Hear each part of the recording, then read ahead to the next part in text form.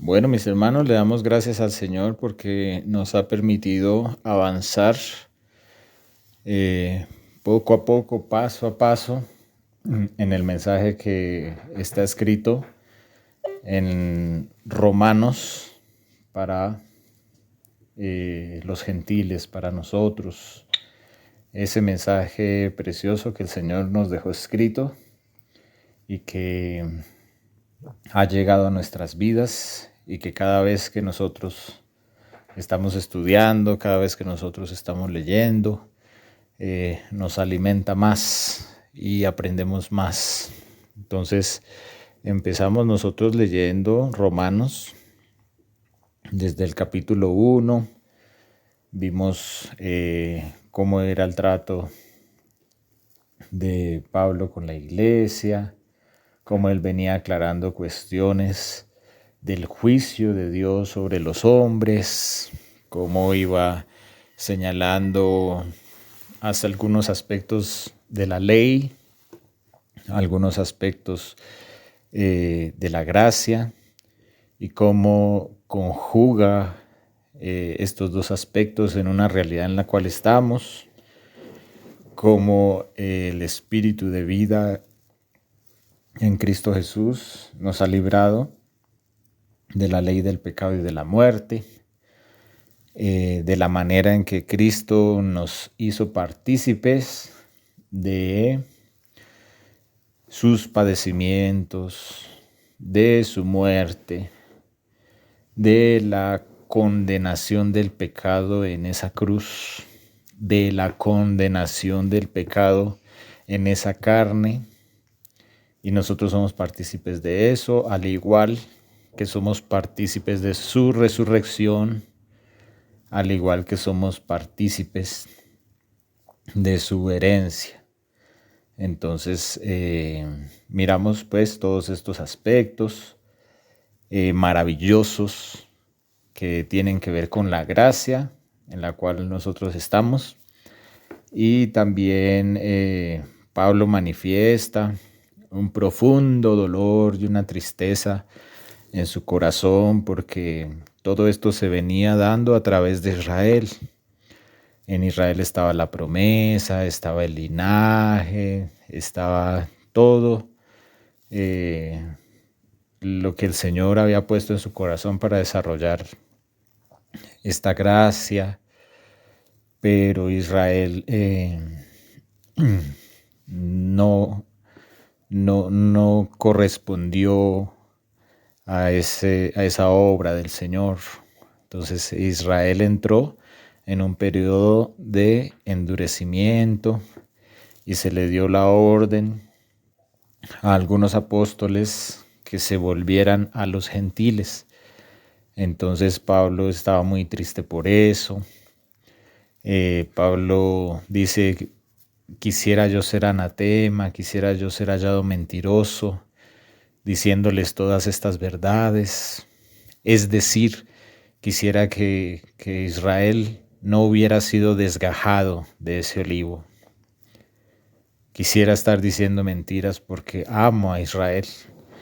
Entonces, más sin embargo, Pablo hace una aclaración muy importante, que no el que desciende de las familias de Israel es el israelita, y que si algún israelita se arrepiente, entonces automáticamente es injertado nuevamente, ¿sí? Entonces él aclara de una manera muy solemne que no se trata de ser israelita o se trata de ser gentil, ¿sí? Si el gentil que ha creído, que ha sido justificado por la fe, si ese gentil entra en rebeldía, en desobediencia, va a ser desgajado de ese olivo. Si las ramas originales fueron desgajadas, ¿cuánto más las ramas silvestres, que son los gentiles? Entonces, no por ser gentil va a permanecer ahí, sino va a permanecer es por la fe, por la obediencia. Entonces, ese permanecer en el buen olivo recibiendo el alimento de la raíz y la rica savia, dice la enseñanza, ese permanecer ahí depende no del hecho de ser israelita ni de ser gentil, sino depende de la fe y la obediencia. Porque si hay algún israelita que quiera seguir a Cristo, él no puede lamentarse diciendo, ay, pero es que yo entré en un periodo de endurecimiento y ¿cuándo será mi tiempo para volver al Señor? No, no, no. Entonces él aclara eso, de que no se trata de ser israelita o gentil, sino de tener fe. Si es israelita, tiene fe y ama al Señor, automáticamente es injertado. Incluso Pablo decía que él provocaba celos a algunos israelitas adrede para ver si conseguía en alguno de ellos alguna señal de arrepentimiento. Entonces todo esto a grandes rasgos es lo que hemos venido estudiando versículo por versículo en el libro de Romanos, y vamos nosotros en el capítulo 12. Entonces abramos nuestras Biblias ahí en Romanos, capítulo 12.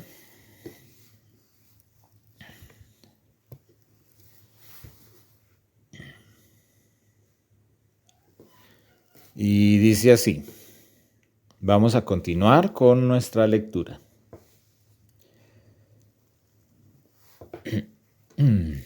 Así que viene narrando todo lo que acabamos de resumir. Así que, hermanos, les ruego por las misericordias de Dios que presenten sus cuerpos en sacrificio vivo, santo, agradable a Dios, que es vuestro culto racional. No se conformen a este siglo, sino transformaos por medio de la renovación de vuestro entendimiento. ¿Para qué? Para que comprueben cuál sea la buena voluntad de Dios, agradable y perfecta. Digo pues, por la gracia que me es dada, a cada cual que está entre ustedes, que no tenga más alto concepto de sí que el que debe tener, sino que piense de sí con cordura, conforme a la medida de fe que Dios repartió a cada uno. Entonces, Pablo está haciendo un énfasis importante en nuestra manera de pensar. Hay una manera de pensar de este siglo. Cuando dice de este siglo, se refiere a estos tiempos, se refiere a este sistema en el que andamos, se refiere al mundo. Entonces Pablo decía, no se conformen a la manera de pensar de este mundo, no se conformen a la manera de pensar de estos tiempos, no se conformen a la manera de pensar del común, ¿sí? Sino que sean transformados. Transformarse es convertirse en otra persona o tener grandes mejoras en su propio ser. Entonces, cuando uno mira a una persona y uno dice, uy, esa persona está transformada, es porque ha cambiado. Y el Señor nos pide que cambiemos. ¿Sí? ¿Por medio de qué? De la renovación de nuestro entendimiento. Entonces nuestro entendimiento empieza a cambiar, nuestro entendimiento empieza a renovarse, ¿sí? Y nos empieza a dar la guía de la realidad en la que estamos, ¿sí? Por ejemplo, veníamos nosotros acostumbrados a ser esclavos del pecado. Veníamos nosotros acostumbrados a ser dominados por nuestras propias concupiscencias, por nuestros propios anhelos de la carne. Y de repente que el Señor llegue e intervenga en nuestras vidas y que Él nos diga, ya no son esclavos, ¿sí? Entonces pónganse a pensar ustedes que nosotros estemos viviendo un tiempo de esclavitud y que de repente nos diga, ya no son esclavos. Entonces a nosotros nos va a ser difícil de una sola vez asumirlo y decir, listo, ya no somos esclavos y empezamos a vivir como nunca hemos vivido. Entonces eso nos va a costar. Tenemos que empezar a asimilar poco a poco que de verdad ya no somos esclavos, ¿sí? Un esclavo que ha vivido toda su vida en esclavitud y de repente lo liberan, ¿él qué hace si él estaba acostumbrado a esa esclavitud? ¿Sí? Va a empezar a disfrutar, obviamente, de la libertad, va a poder hacer cosas que antes no hacía, organizar cosas que antes no hacía, a vivir,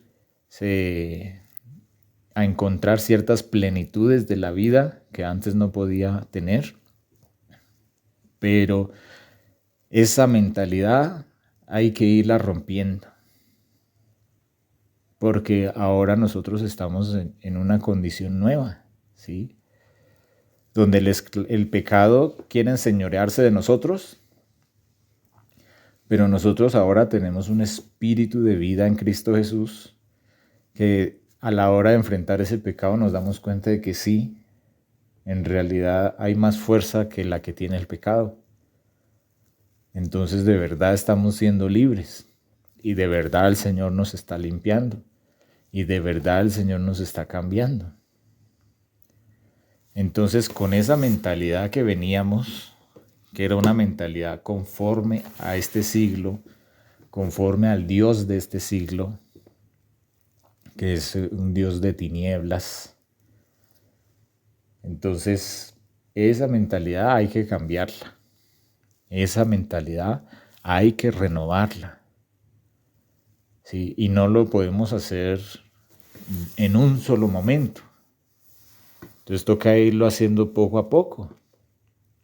Y eso debido no a una cuestión de tener actitud positiva o de hablar en fe, no. Nosotros vamos adquiriendo esa renovación de nuestro entendimiento debido a una realidad en la que el Señor nos puso. Una realidad innegable, donde nosotros decimos, de verdad, soy libre. Entonces, eso ya nos empieza a renovar nuestro entendimiento. Ahora entiendo nuevas cosas. Ahora entiendo nueva vida. Ahora entiendo una propiciación de Cristo por mis pecados. Ahora entiendo el amor de Dios en parte o poco a poco. Voy entendiendo el amor de Dios, ¿no? Entonces, después de hacer toda una serie de indicaciones de la doctrina y de la condición de Israel, entonces aquí el Espíritu Santo a través de Pablo ya nos empieza a hablar en este capítulo 12 directamente a nosotros, ¿sí? Después de la enseñanza, después de Pablo abrir su corazón con respecto a Israel, después de la realidad del olivo, entonces ahora sí ya nos empieza a hablar directamente. Ante semejante realidad, renovemos nuestro entendimiento, entendamos nuevas cosas. Y dice el versículo 2, ¿para qué hacer eso? Para que nosotros comprobemos cuál es la buena voluntad de Dios, agradable y perfecta. Entonces, cuando nosotros le preguntamos a nuestro Padre, ¿cuál es tu voluntad? Seguro que Él no lo va a decir en una frase.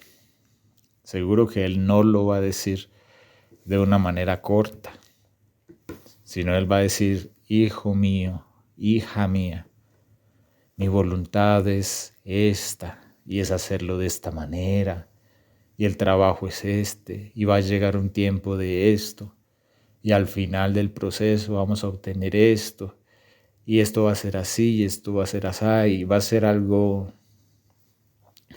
admirable. Son procesos admirables, porque en Dios es donde podemos observar la perfección, es donde podemos contemplar la verdadera sabiduría, es donde podemos contemplar la grandeza de nuestro Dios, la inteligencia de Él, su justicia en medio de tantos procesos. Entonces, y el misterio de la voluntad de Dios, que es reunir todas las cosas en Cristo. Entonces, el Padre dice, mi voluntad contiene un misterio. Mi voluntad no es solamente ese misterio, pero contiene un misterio y es reunir todas las cosas en Cristo. Aparte de que ningún hombre se pierda, aparte de muchos otros aspectos. Entonces, ¿y cómo vas a reunir todas las cosas en Cristo? ¿Cómo lo vas a hacer? Entonces, todo eso lo vamos entendiendo al ver la obra del Señor, al acercarnos a su palabra. ¿Y eso qué hace en nosotros? Empieza a renovar nuestro entendimiento para que comprobemos, no solamente para que creamos cuál es la voluntad como una teoría que nos aprendemos, no, sino es comprobado cómo Él ha venido en la dispensación de los tiempos, cumpliendo su voluntad.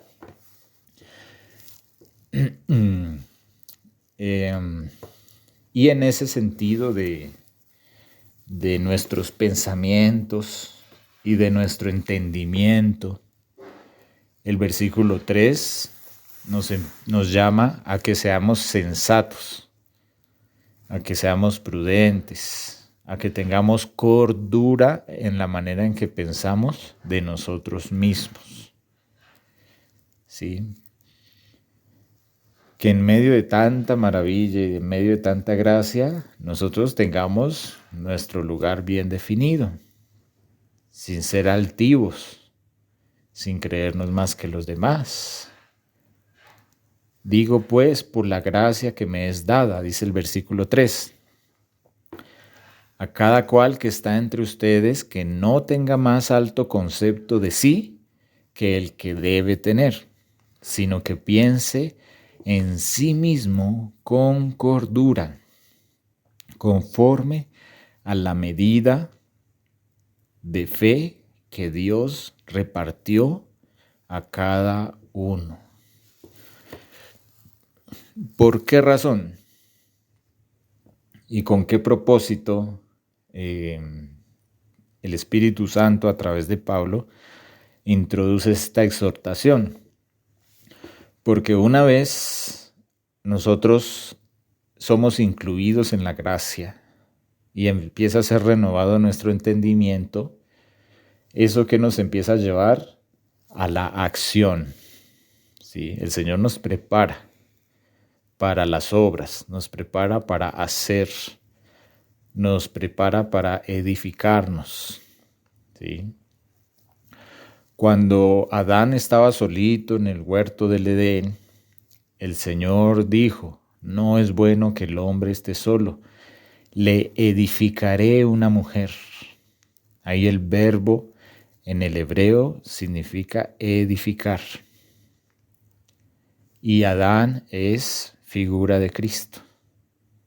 Y Eva en ese sentido es figura de la iglesia. Entonces, El reino de Dios es como el rey que quiso hacerle bodas a su hijo.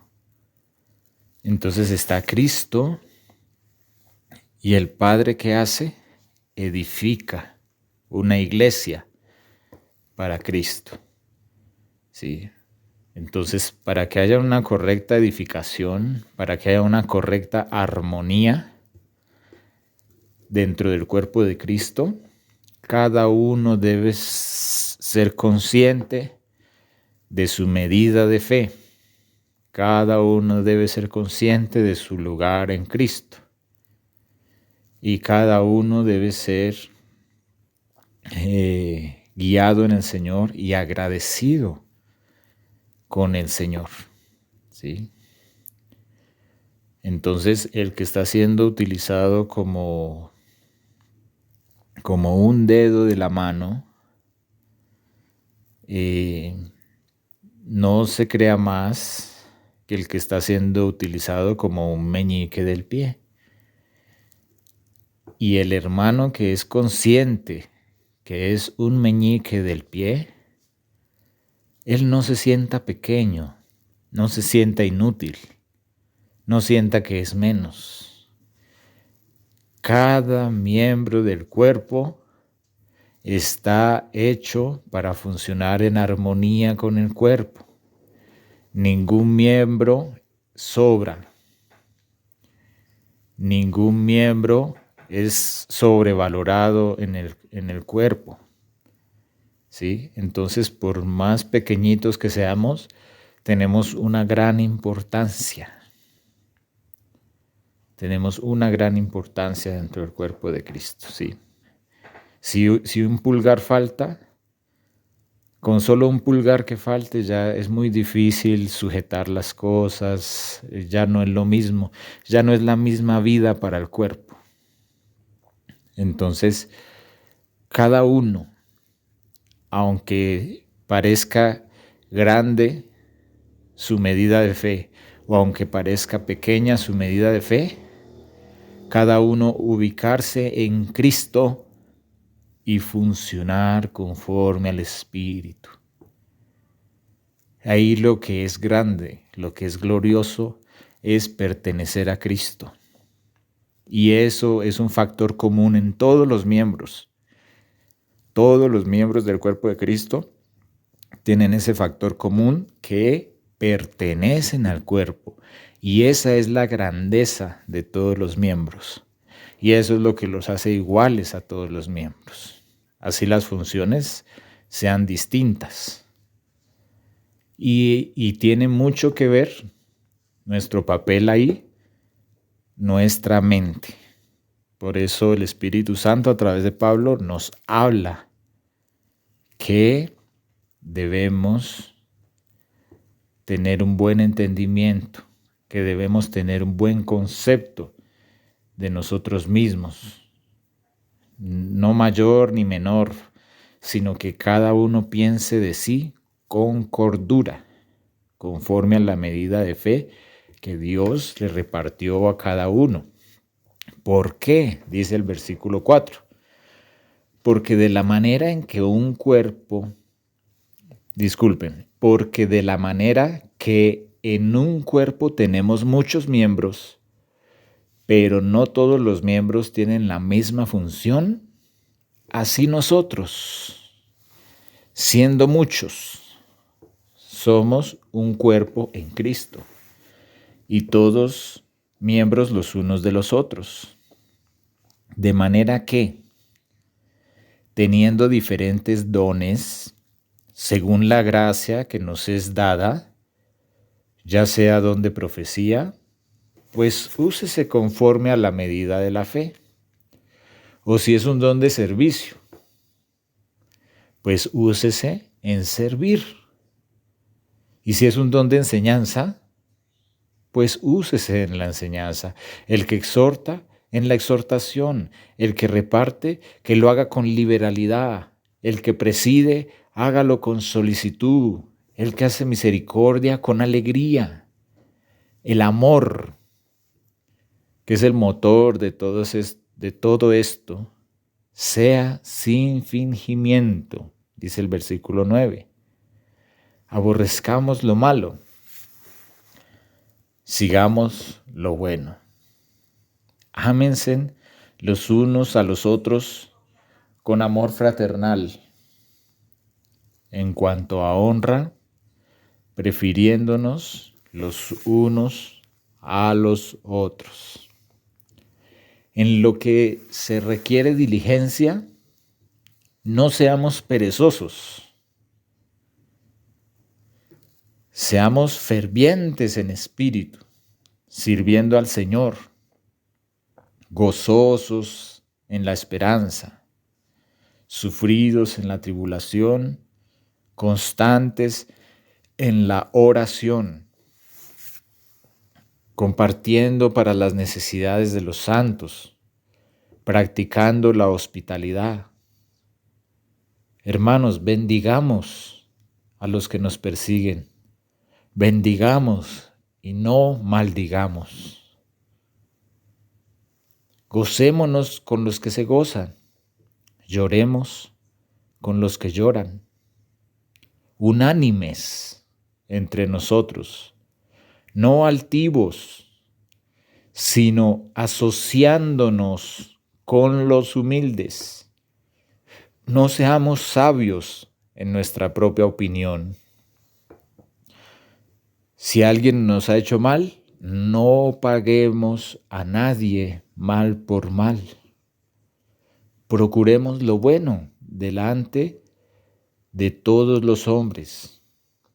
¿Por qué? Porque hay un testimonio de Dios en la iglesia. Ahí podría decir, procuremos lo bueno delante de Dios, lo cual es verdad. Pero dice, procuremos lo bueno delante de todos los hombres, porque eso también es importante. Versículo 18.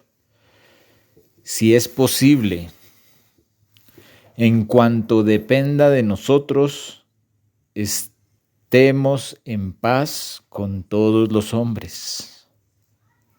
Entonces, si llegan algunas situaciones a nuestras vidas donde la paz sea quitada con algún hermano, con algún familiar, con algún prójimo, con alguna persona, pensemos si esa paz podría depender de nosotros. Y en cuanto dependa de nosotros, estemos en paz con todas las personas, dice el versículo 18. Versículo 19. No nos venguemos nosotros mismos, amados míos. Dejen lugar a la ira del Señor, porque escrito está: mía es la venganza, yo pagaré, dice el Señor. Así que, si tu enemigo tuviere hambre, si se dan cuenta cómo el espíritu empieza a articular el cuerpo para el hacer. Y cuando ya empezamos a hacer obras, es porque ha venido una preparación, como en el primer capítulo de Colosenses, donde se les dice a los hermanos de Colosas que han sido trasladados del reino de las tinieblas al reino del Señor Jesucristo, pero porque han sufrido una preparación, porque han sido aptos, han sido preparados para ser aptos para estas obras. Entonces aquí ya también empieza a introducirnos a nosotros en las obras. Versículo 20. Así que, es decir, de la manera en que el Señor viene enseñando, si tu enemigo tuviere hambre, dale de comer. Si tuviere sed, dale de beber. Pues haciendo esto, ascuas de fuego amontonarás sobre su cabeza. no seas vencido de lo malo, sino vence con el bien el mal. Ahí llegamos, hermanos, al final del capítulo 12, el cual el Señor nos permite eh, conocer un poquito más en el día de hoy, en su palabra, donde Él nos introduce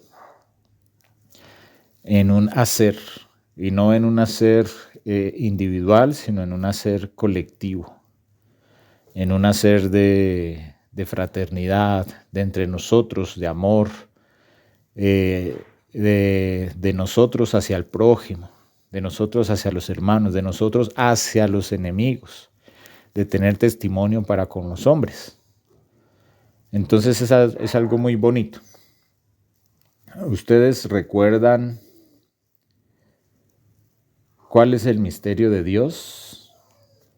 Una vez nosotros vimos una serie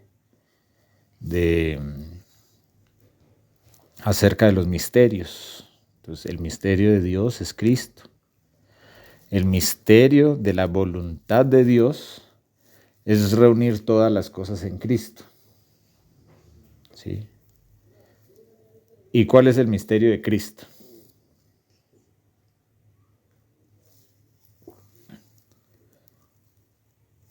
Entonces, ya para terminar, hagamos una visita rápida a Efesios capítulo 3.